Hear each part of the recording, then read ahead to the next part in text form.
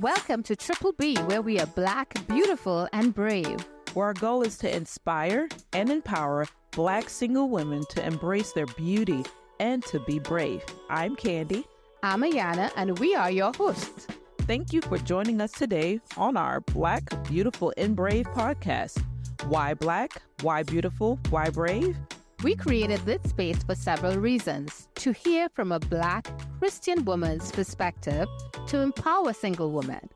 We want to address issues that affect Black women from our lenses, not the males, not the society, the world, not the church, our perspective. Everybody has something to say about Black, single Christian women except us. Oftentimes, Black women's voices are in a box. We are not a monolith. Everyone has something to say about Black professional and non-professional Christian women who are single. But no more. Enough. It is our time to talk transparently and to create change. All right, let's go. Let's do it. We want the rest of the world to hear what we talk about. Hello. Hello. Welcome back to Triple B, where we are Black, beautiful, and brave. We welcome you to this day's episode on... Drum roll. Black hair. I know. Yes, black hair. It is such a unique topic. It is. And it's very personable to the both of us because we have black hair. We're Black. And we have hair. And we have hair. Praise God. Hallelujah. And so this, I guess, having hair, or as a Black woman, our hair means a lot, or it goes through a lot of different issues, issues of beauty, issues of maintenance, Yes. issue of somebody else thinking it's an issue. That's right. That's you right. know? And so we wanted to take this time to just dialogue between Ayana and I regarding maybe our journey, or just looking at hair, black hair as a whole in this society. Yeah, and let me ask Candy first. Candy, how many hairstyles have you had over the years? Years? Are you serious?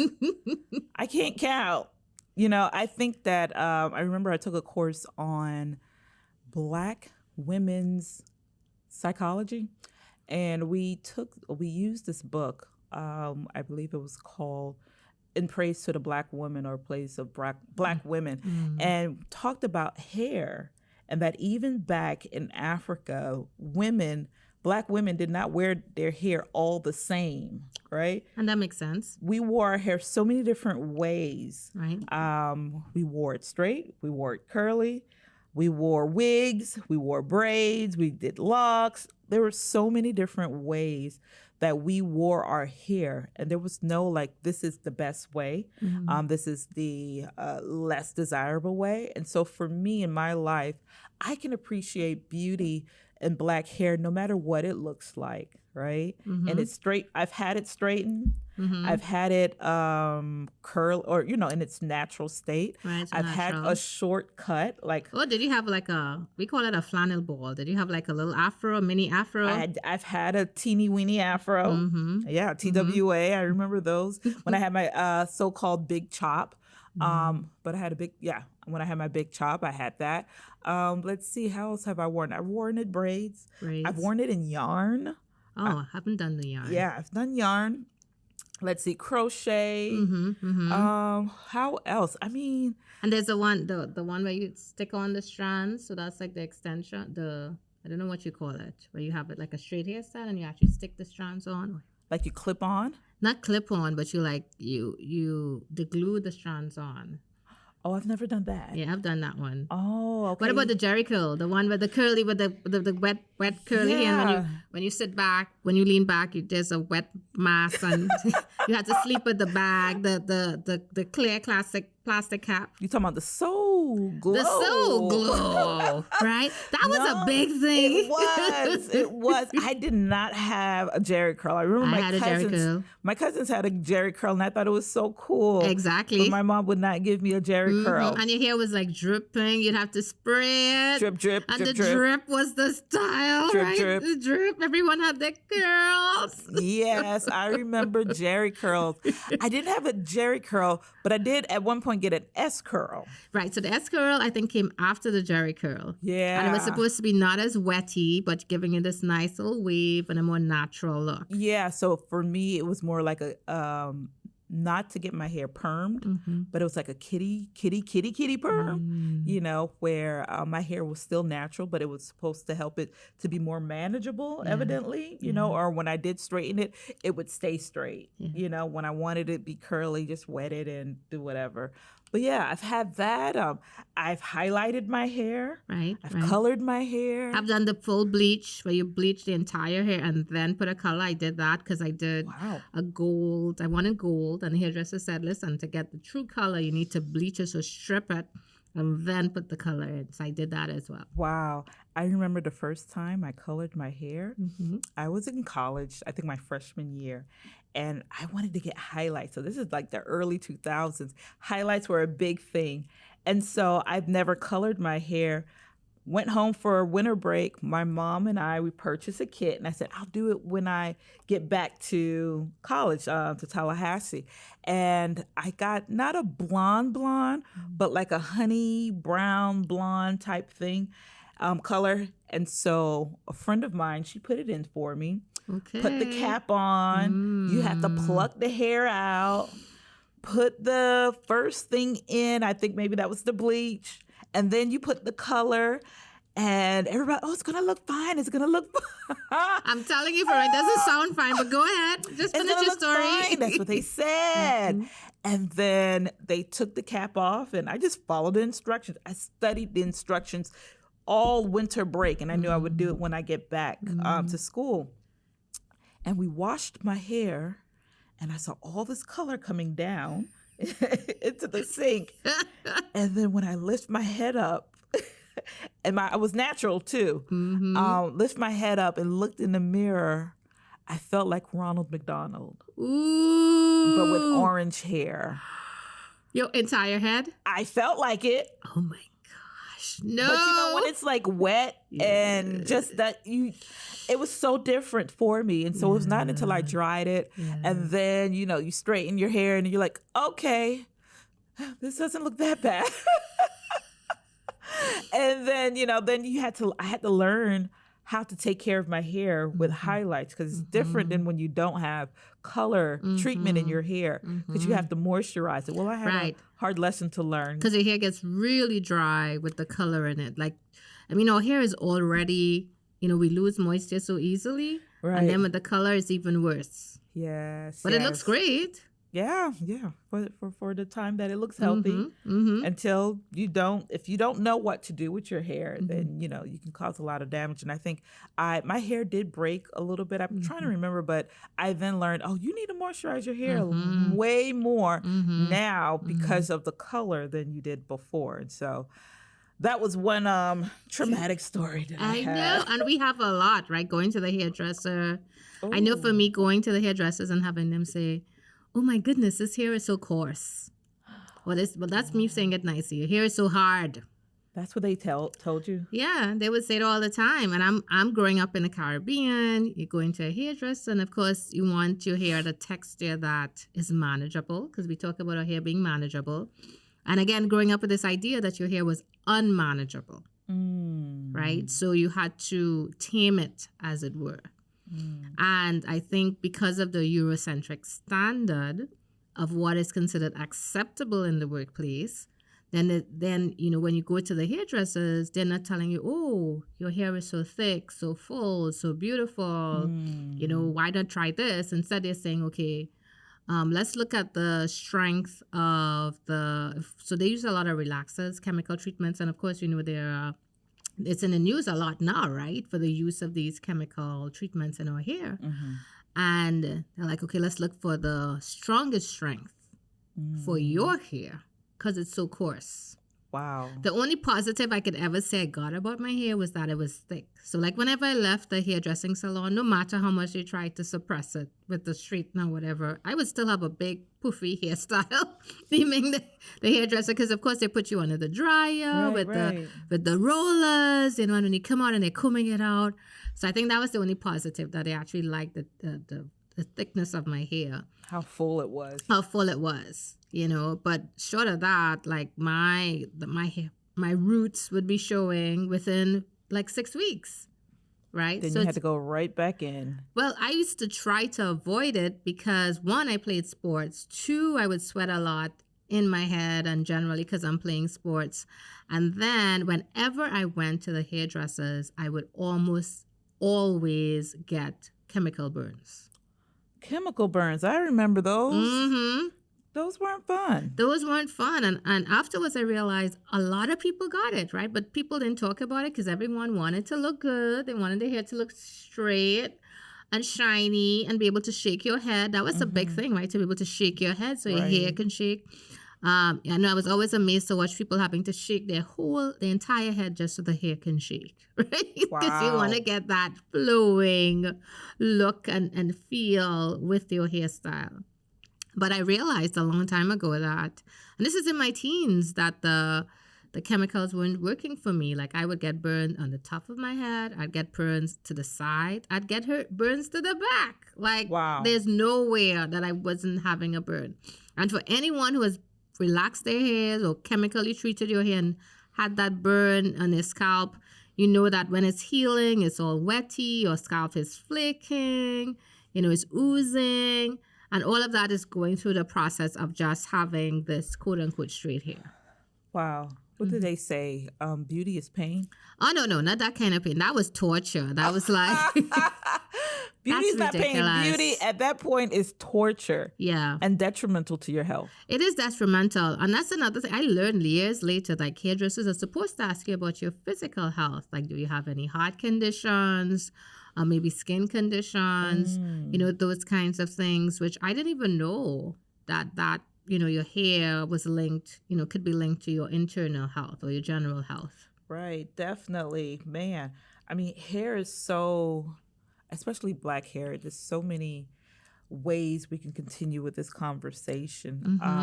And so I think we're probably going to have to revisit this again. And when we think about hair or black hair as a economic business, or I don't know how to say that, but as an industry, right? There's so many documentaries that have come out about black hair, and what's revealed in these documentaries or in these segments that though it's a big industry, we are not the ones leading it out. You mean black women or just people of color? People of color or black people. Yeah. Black people. We are consumers. Right. We are big consumers, and this is a multi-million-dollar business. Of course. And we are not the consumer. We're not the creators, creators. and the economic benefactors, because we don't benefit from it. But yet, because I know there's data that shows that, black women, we probably buy the most amount of beauty products and hair products. Definitely. We do.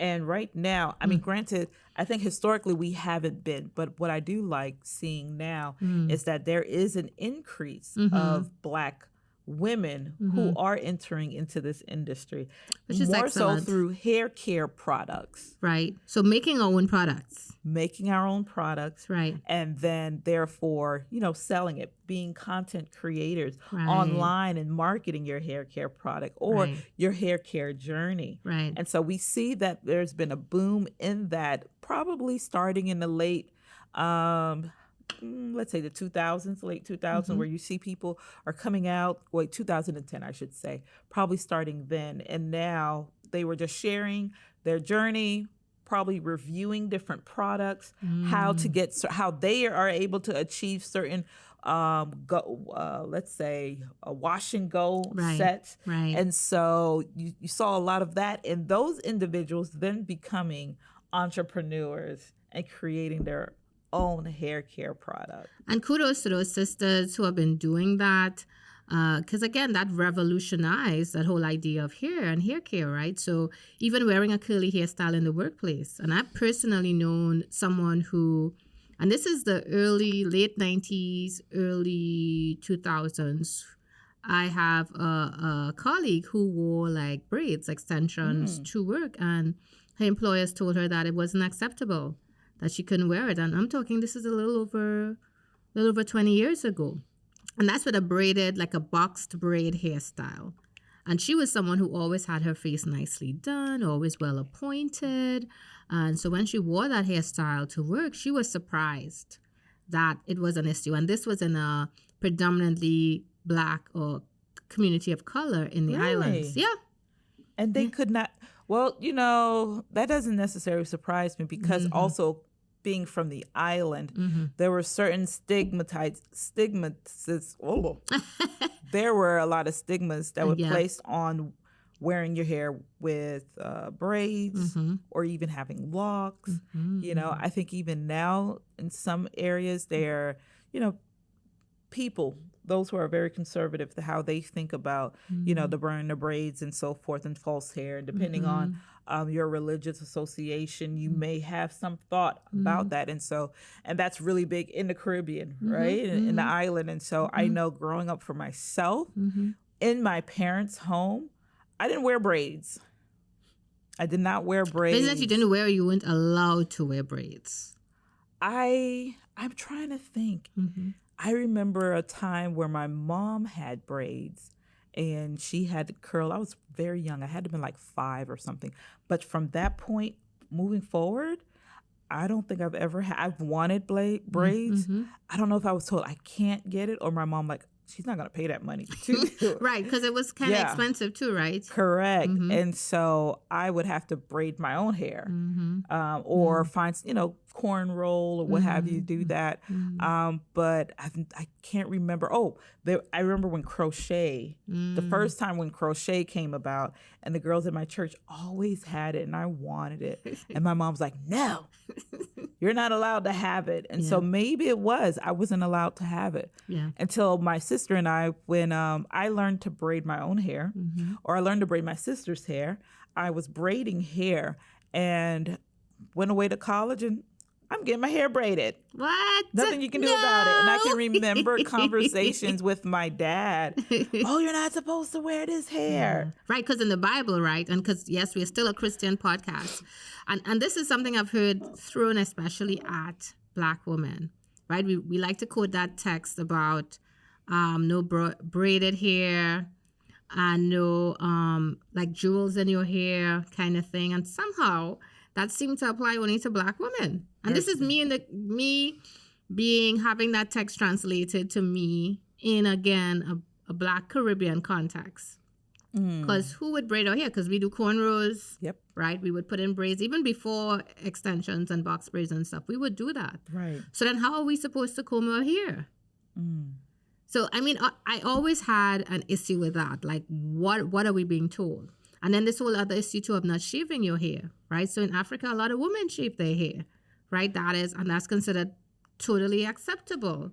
But there's some parts, again, in the Bible, and today, again, there's so many things, issues with hair, right? There's some parts in the Bible that talks about a woman shouldn't shave her head. But what if in your community, right, it is part of your culture to shave your hair, shave your head? Right.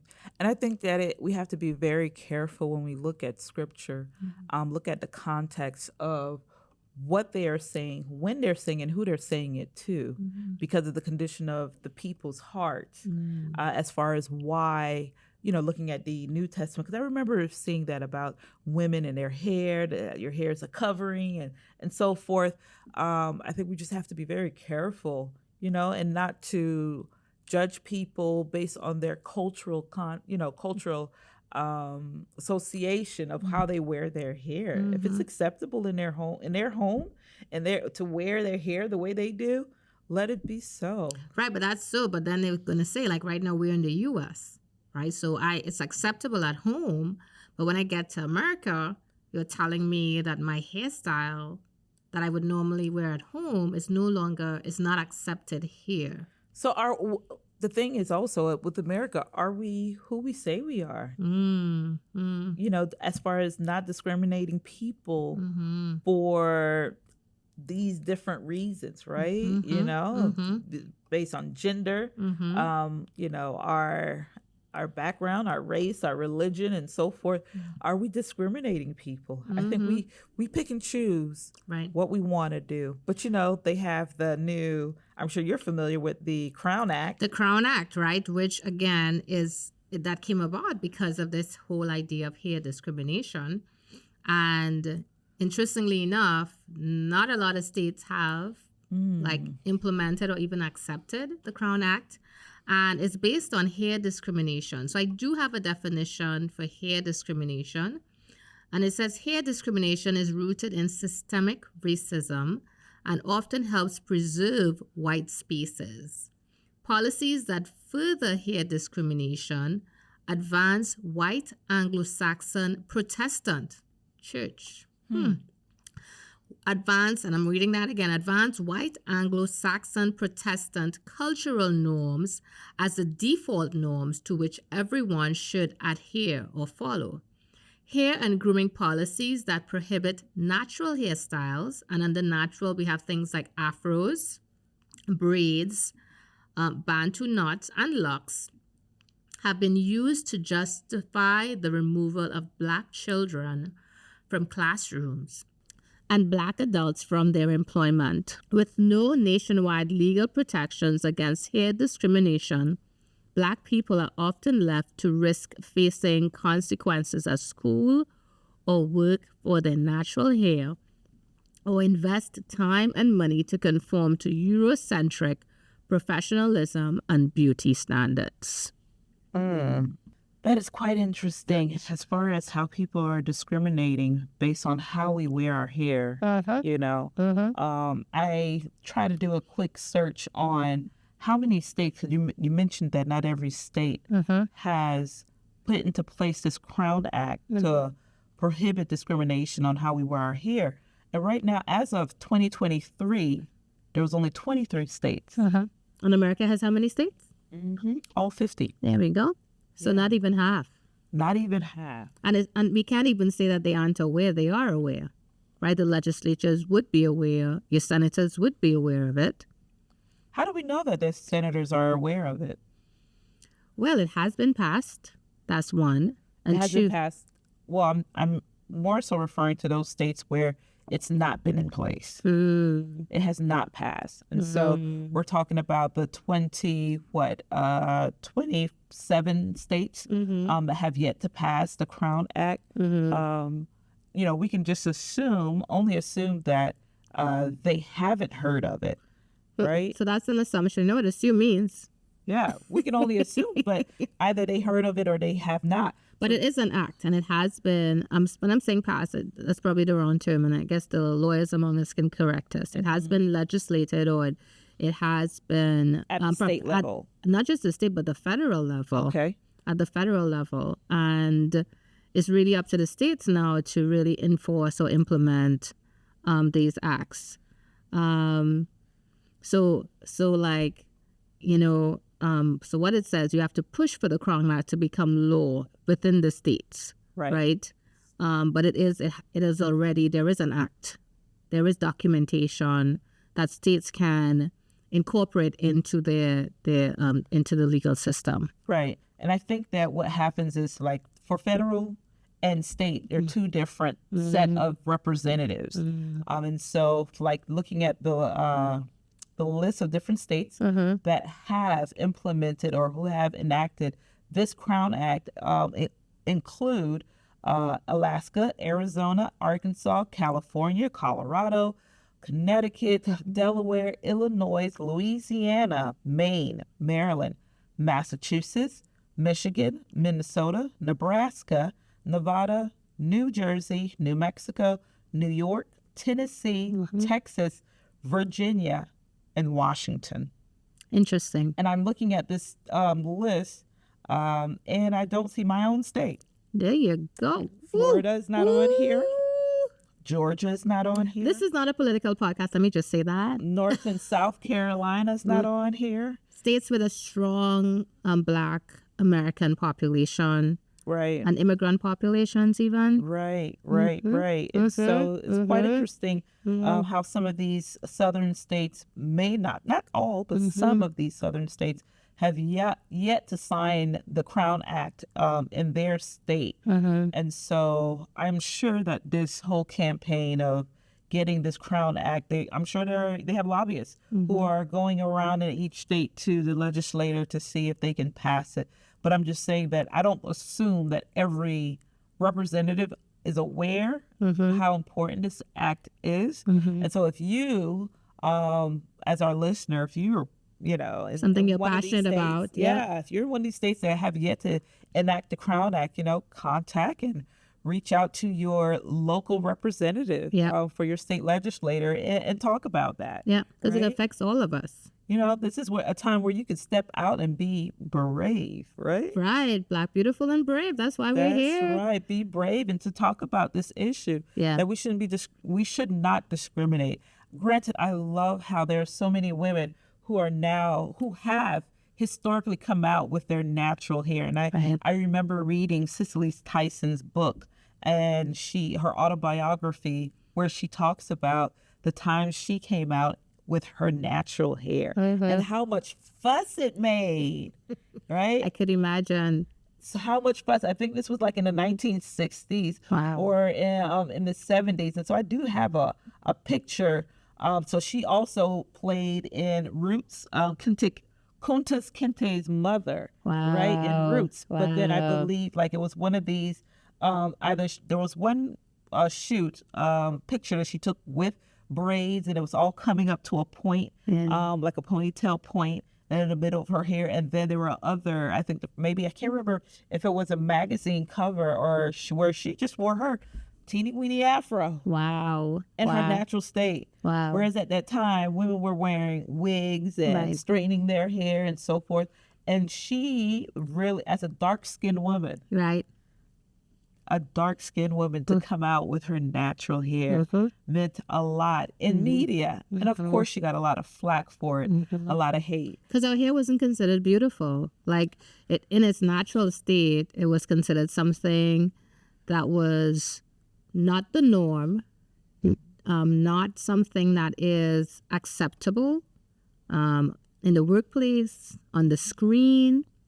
Because what is a screen? A screen means representation, right? If you have a platform and you're showing who you are, that's representation. And here in media, we look for representation. We do. We look for it. And so has there been a time, Ayana, where you saw someone on TV or somewhere, right, where you felt like, oh, that's my hair. I have that same type of hair and it's nice. And they were wearing it and slaying it, and it was just so beautiful. Have you ever seen that?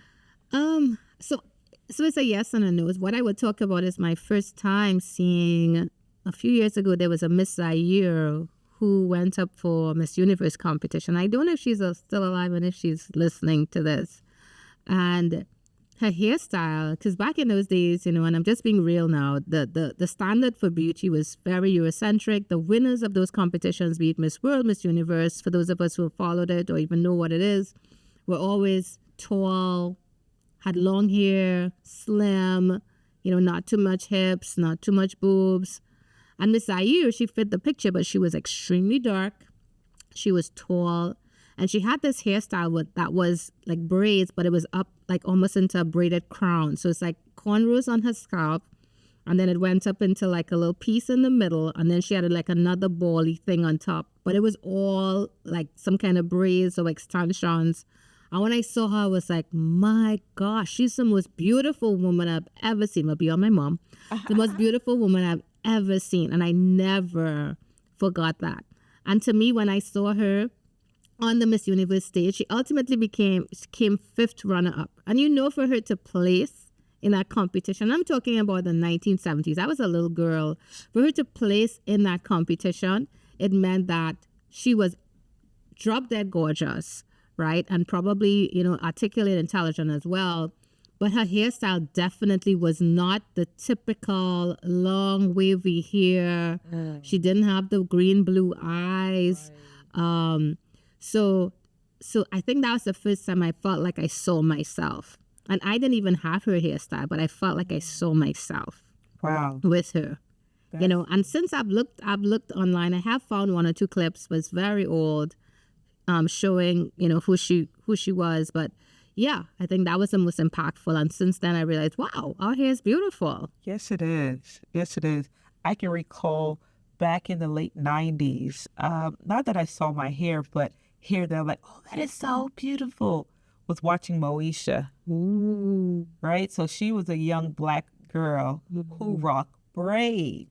She did. And she you did. didn't see that all the time. No, you didn't. You might see some seasons or some shows where they have a season or a guest star or guest person to come in and they may have braids, girls. But this was the star of a show who only rocked braids. And I thought it was so nice. And I think, you know, she really, during that age, she really brought in, hey, girls, it's okay to wear your braids. Yeah. Cornrows, half cornrow, the back, you know, just wearing it in different styles. And so I know that show with the lead actress wearing natural hair or in braids really did a lot for the culture and for girls to talk about it's okay to wear braids, you know, on the screen, you know. So that's one place where I remember, oh, wow, braids are always nice. And her braids were always on point. Oh, wait. On point. They were. And I would say, Candy, because, you know, we want to continue this conversation, but I know you're all peaked, but we're just going to end with a teaser. So, Candy, what's your hair like right now? Right now, I didn't mention this, but my hair is in micro locks. So not sister locks. No, not sister locks. I have micro locks. Okay. Ones that I started with my sister, the help of my sister. Okay. So it's me and my sister's locks. Okay. Not sister locks. I was trying to do a play on words. I know. I didn't get it. I was slow on the draw. I didn't get it either. So it was started off with plaits, and so we just plaited my hair, real small. She was very deliberate in having clean parts in the back of my hair. And so I guess having it in sections and so forth. So she did an extremely great job. My job was to do the front. I didn't do as great as a job as she did because, of course, I couldn't see. But, you know, I tried my best. And it took a couple of days. But that's how I'm wearing my hair. How are you wearing your hair, Yana? So mine is in regular locks, not sister locks, and only because I could not afford sister locks or micro locks at the time. So... And I've had it like this since 2015. And it's beautiful. Thank you. And I keep cutting it. So that's a whole different story. And we haven't even got to the edges. Like, what's up with the edges when Black women, we do our edges. Mercy. Right? But we have to kind of wrap it up. That's right. We're going to wrap it up. So we thank you for joining us on this discussion about hair, Black hair. Yeah. And you want to say your hair is beautiful just the way it is, no matter what you do with it. So whether you have it straightened, natural, and braids and locks. You have a fro, you have a completely shaved off all of your hair. That's fine as well, because some women have been doing that, especially if you're suffering from things like alopecia. Right. Just embracing who you are. And one thing I've always noticed with Black women, we're just absolutely beautiful. Yeah, and with or without hair. And even if you wear it in wigs, if you wear a wig, that's right. I forgot the rock wigs. your wig. Yeah. I sure have a few wigs. She does. She puts on the wigs sometimes. No comments. Some are really good. Some are really nice though. Some are really nice. I wear my wigs, and so I think there's a time and place for all of our hair. That's right. You know, that's right. As long as we can celebrate it all, there's not one style that's better than the other. Yeah. Just the one that's on your head. Just wear it proudly. That's right. That's right. So thank you everyone for being with us today. That's right. Take care. Bye. And there you have it, Queens. Another empowering episode of Triple B in the books. Remember, the revolution doesn't stop when the episode ends. Keep spreading that Black, beautiful, and brave energy wherever you go. Stay connected with us on social media. And don't forget to share this podcast with your fellow queens who need a dose of empowerment. Until next time, keep shining, keep slaying, and keep being unapologetically you. That's right. Stay fierce, stay fabulous, and remember, your voice is your power. Use it to change the world. Peace, love, and empowerment, queens. Catch you on the flip side.